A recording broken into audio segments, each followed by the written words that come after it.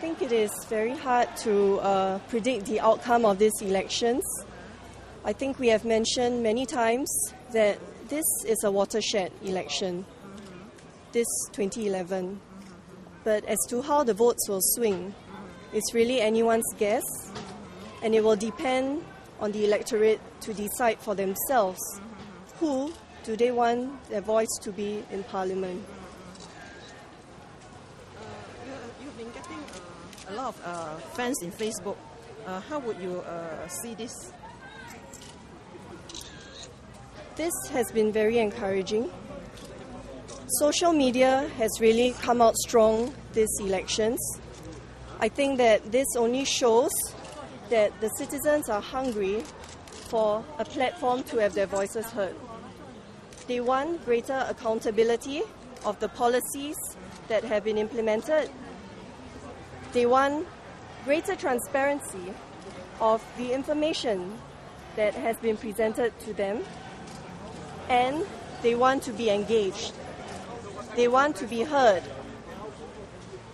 That is what we want to achieve.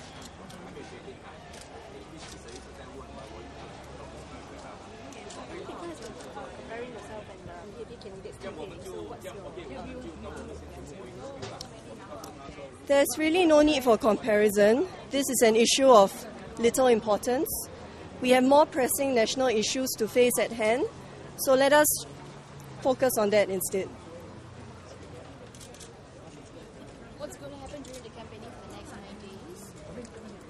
Well, we need to know that Facebook, social media, is a very strong platform to disseminate information, to get the troops all rallied and fired up to go. But remember that it is also on-the-ground support that counts, because there are many Singaporeans out there who still do not use the internet. Singaporeans do not have such access, but it does not mean that they do not want their voice to be heard. So we will continue to work very hard on the ground as we have been working in various areas of Singapore for the past few years. So you'll be using a lot of social media for the campaigning? The NSP has already been very strong in engaging the users online. So social media is definitely a tool that we have already put in place. However, as I've mentioned, we need to work very hard on the ground. We need to make sure that the constituents of Marine Parade GRC can see what we have to offer. And what we have to offer is accountability, transparency, and we want to engage the citizens to make sure that their voices can be heard. What kind of changes are you looking at to change in Marine Parade now that you're already campaigning? Well, a lot of the issues that have been brought up many times really spread across the nation. Singapore is too small to fragment into different clusters and different blocks. But as for the constituency of Marine Parade GRC, we have already identified some hot-button issues, especially municipally, that we wish to address. And if elected, we will be sure to be in touch with the relevant authorities to push this forward and to see how we can improve the situation of Marine Parade GRC residents in the area. How confident are you to garner the votes here? Predominantly are the senior citizens around this area. Let us be mindful that it is not just about a particular demographic of Singaporeans. This is about the votes of Singaporeans who are living in various parts of Singapore. The Marine Parade GRC is not restricted to the Marine Parade area. It goes all the way up to Kembangan, it goes to Bartley, it goes to Serangoon. But rest assured that we have been working hard, and we will be continuing to work hard to secure the ground support.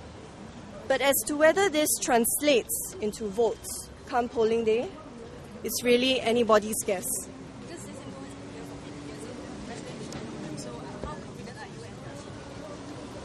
As I've mentioned many times, there is no way to ascertain how the votes will swing in our favour or against our favour.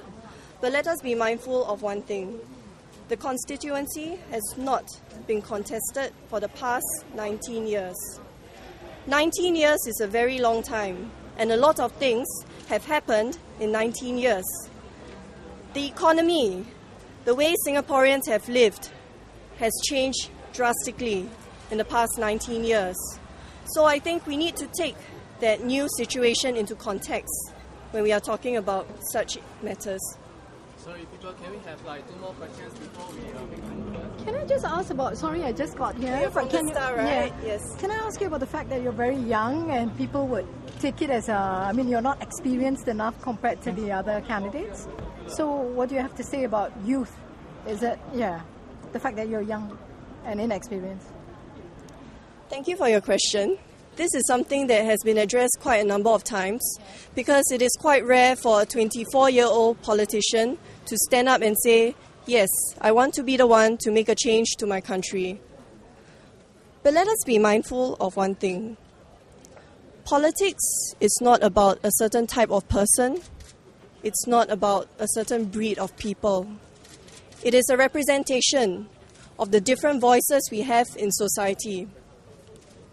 This might not be restricted to middle-aged folks. It may not even be restricted to older Singaporeans. But even with younger Singaporeans, we have our own issues. We have our own areas of concern. And I think that this is something where I can step in and I can empathize and address the situation. So I do not see age as a liability in politics. What about the fact that you're a glamorous-looking girl? I mean, is that an advantage? I mean, people would say you're really hot and that could bring in votes. Well, I like to say that looks is just something that's on the surface. What is most important, and the electorate is more discerning than that, is to see what kind of substance can a candidate put forth. What kind of standpoints do you have with regards to policies? And I think that is what the electorate is looking for. They are not looking for a pretty face to lead the country.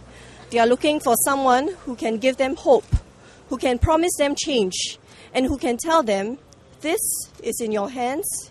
You have the ownership of how you want to steer your country forward. Okay, thank you, people. Thank you.